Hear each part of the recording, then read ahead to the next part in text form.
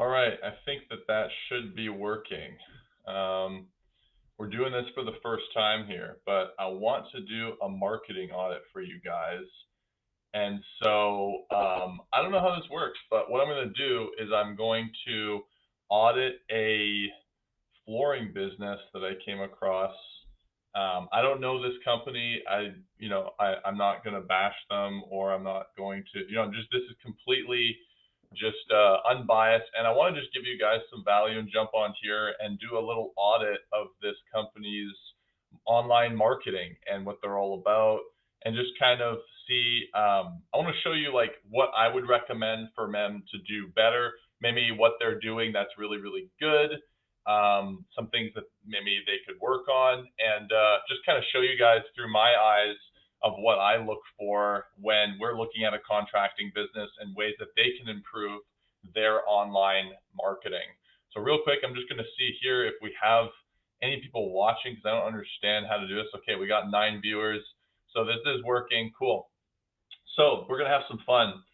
So I'm going to go through this flooring business's Facebook page. We're going to go through their website, and we're going to go through some of their Google as well.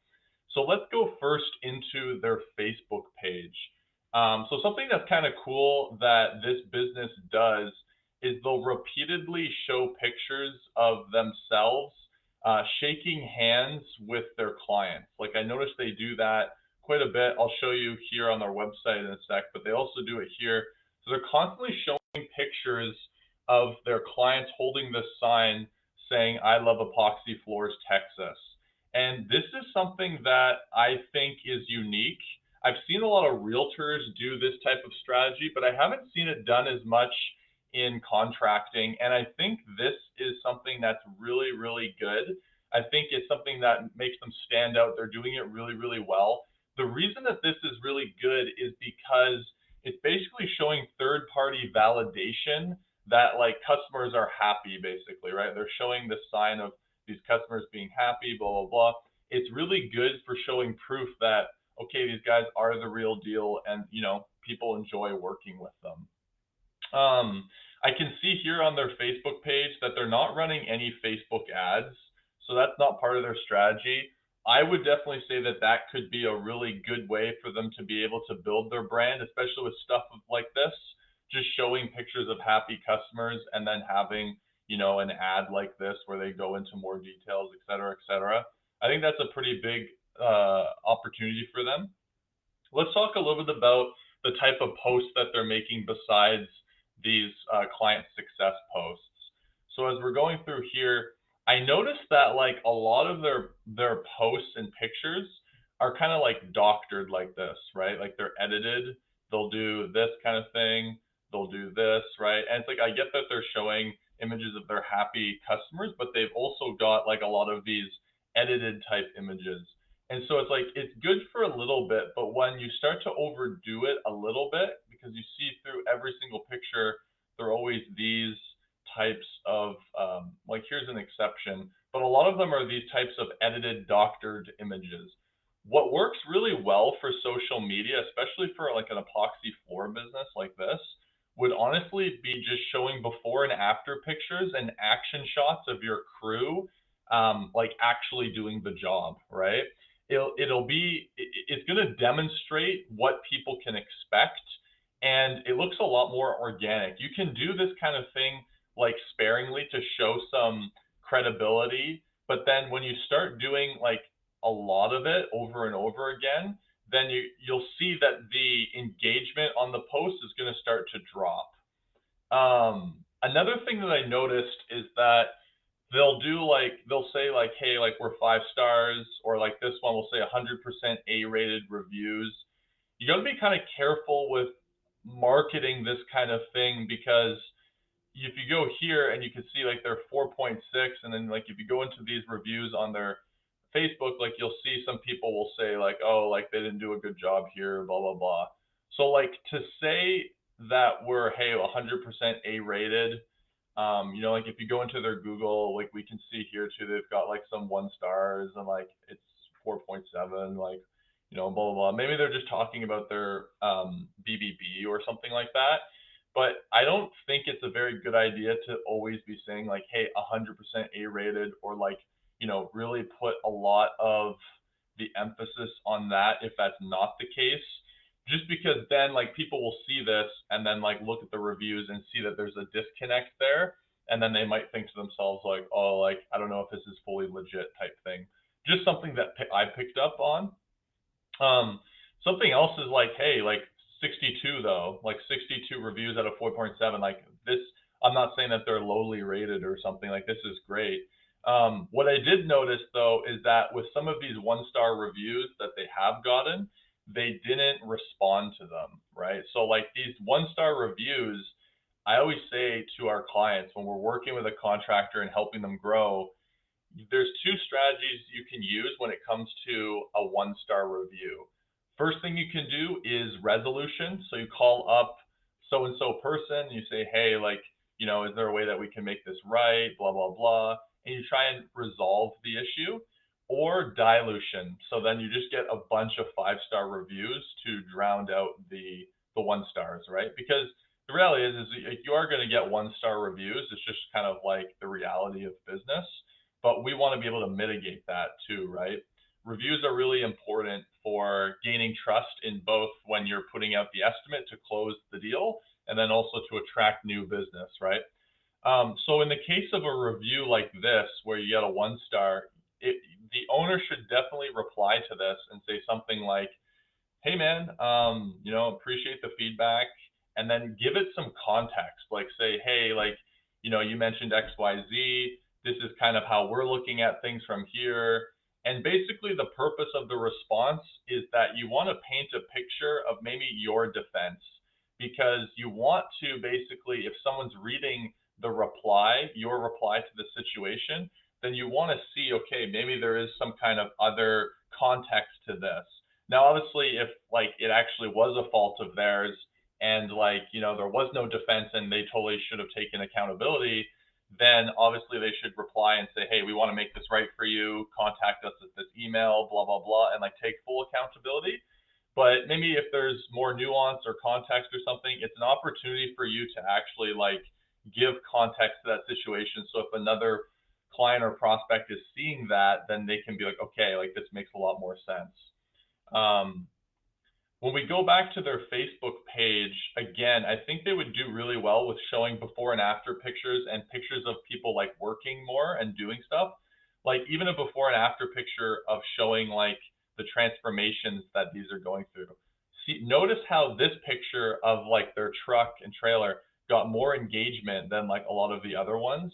It's because it's showcasing proof of like who they are beyond just like some of these more doctored images, right? So I guarantee you, if they started showing more images of like their crew and people who are involved in the business, this type of stuff, like look at the engagement's higher, right? Obviously it's only 7 likes or whatever, but it's still more, right? And so those types of posts are always going to get more engagement and people are going to find it more interesting. So those are my thoughts there. Let's look at actually another thing I want to mention as well is that we can see here for the 4th of July, they're saying, hey, we're offering $200 off on your floor epoxy project. I don't know if they put a deadline on this. What I would do is like, I think it would have been a lot more effective if they said like, hey, until this time, like if you get a quote within the next like XYZ, then we'll apply this discount, right? But there's no deadline on it. So that's going to limit the value, the perceived value and the scarcity of this offer, right? There needs to be a deadline on it so then people feel like they have to take action, whereas this just feels like an indefinite amount of time, right? The other thing is that anytime that you offer any kind of discount offer or money off, then you're basically putting yourself in a situation where you might be attracting the wrong type of clientele in your business. You're going to attract someone that I call a price shopper, someone who's looking for a deal. And so instead, what you could do is offer some kind of promotion that is based around value instead of discounting. So, hey, before this time, XYZ date, if you get a quote and you move forward with us, we're going to throw in this for free. Or you're going to get, you could do something fun too with 4th of July, where maybe you say like, hey, with your, we're going to throw in this gift card for like, your outdoor store or something like that. You can throw in extra value instead of discounting. So that's also a possible option as well. So that's it as far as their Facebook page, and we talked a little bit about their reviews. Let's take a look at their website. So overall, like, nice looking site as well. Couple things that I want to point out to bring to your attention that I think are cool. So they're definitely using these badges here at the top, right? Because I know that a lot of contractors will complain about Angie's List and say like, oh, like, it's annoying, or BBB, or some of these other lead sharing businesses.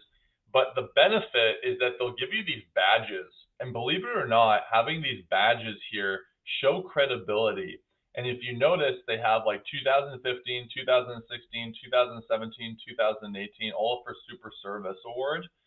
When a prospect comes across this and they see this to them is going to be a signal that like, hey, I can trust this business a little bit more, because they're going to see this as what I call a trust signal. They're going to see this as something that can say, hey, like, I can trust this business. And so the fact that they have this right at the top like that, this is exactly what we teach and what we do for our clients. And this is what you should be doing too, is displaying proof like this. This is going to be super, super valuable for building up their authority so that they can command higher fees. So people are going to perceive them as being a higher end contractor. Could you imagine if this whole top was filled up with things like they're part of an association? They were given like multiple different awards outside of Angie's List. Maybe they were featured in a magazine.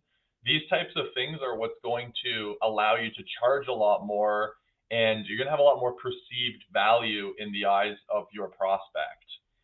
Let's scroll down here. We can see that they've got some really cool videos too of the work that they're doing, and just like things that they have here. You see here, like, they have one video, it looks like, of maybe a client. And they have here, they'll say, hey, fill out this quick contact form for a free estimate, receive a $150 savings coupon. So again, this is something that is going to entice people, right? We're talking about the discount type offer.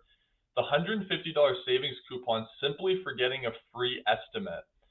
I personally would say that this will probably boost the amount of people coming through here. That's what they're trying to do, right? Is boost the leads coming through this form. But also by doing this, again, be very careful, because what you're doing is you're positioning yourself as being like a discount type service, right? And so what you're saying is like, just for getting an estimate, you're getting $150 off. Very dangerous to do long term. Like, I would say that this is the type of thing where it all depends on their pricing. But if you're doing this kind of stuff and building up the authority, and you've got the pictures of the customers, you really don't need to do this kind of thing.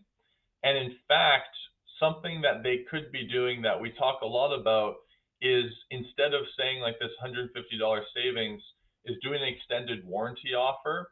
Because I noticed that in their website, if you go to Why Us, they do talk a little bit about having like a warranty. It's buried though. And they don't actually go into what that warranty is. Like, it's vague. They don't say like anything like what the actual warranty is. Is it lifetime? Is it 10 years? Is it whatever? They don't really talk about that. And so I think that's a better opportunity that they could do, is they could say like, hey, new clients receive, a 10-year extended warranty offer or whatever, blah, blah, blah.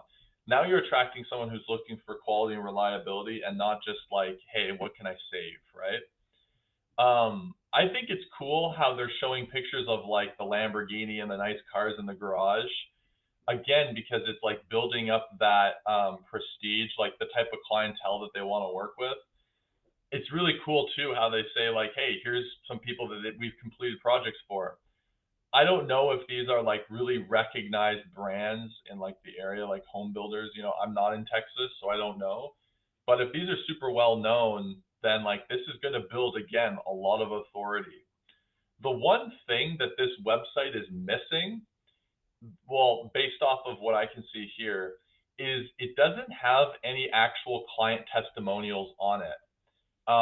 With someone who has like, this many reviews, they've got 62 reviews on Google. I think that they could be doing a much better job of showing these reviews somewhere on this page and just showing, hey, like 62 5-star, or not maybe 5-star, but 62 reviews on Google, blah, blah, blah. Maybe even some video testimonials, because it seems like they've got all the pictures of people holding that sign. That's something that they could definitely be taking more advantage of as well. Because again, it's all about showing the proof that like, hey, you're the real deal. A lot of people are happy working with you, et cetera, et cetera, et cetera. If we go to the About Us, again, like I was saying, we've got like these pictures, like these are super powerful. And I think that they could be definitely, I think they could be definitely taking advantage of this a little bit more as well. Just going through like Why Us, like I showed, like these kind of pictures are really cool. I think more pictures like this of showing the actual work and using that on their social media, people want to see this kind of stuff. That's interesting to people to see. They want to see the process and they want to see it demonstrated. If we go to their gallery as well, we can see here they've got like lots of pictures.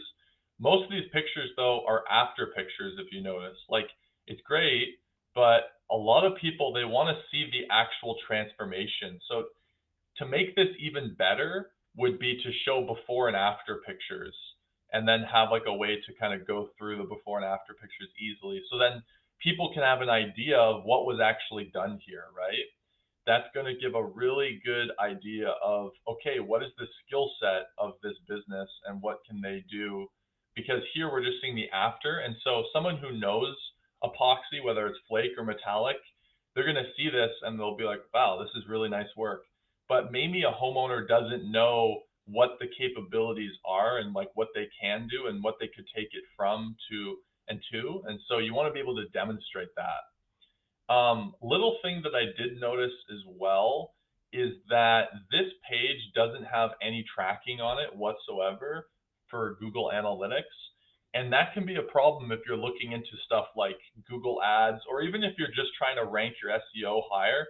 You have no idea of like what page is getting the most traffic or where leads are coming from. And so that's definitely an area of improvement for this site that would make it better as well. I think that's pretty much it. These are the things that stick out to me here and what I would immediately do. I'm just going to check back here if anyone is watching or anything like that. Okay. I don't know if we can see comments here. I don't think there's any comments. But hope you guys found this video helpful. If you did, leave a comment below. Ask any questions. Happy to answer them. And if you guys like some more videos like this, if you want me to do more of this kind of stuff, let me know. But other than that, guys, I hope you have a good rest of your day, and we'll talk soon. Bye.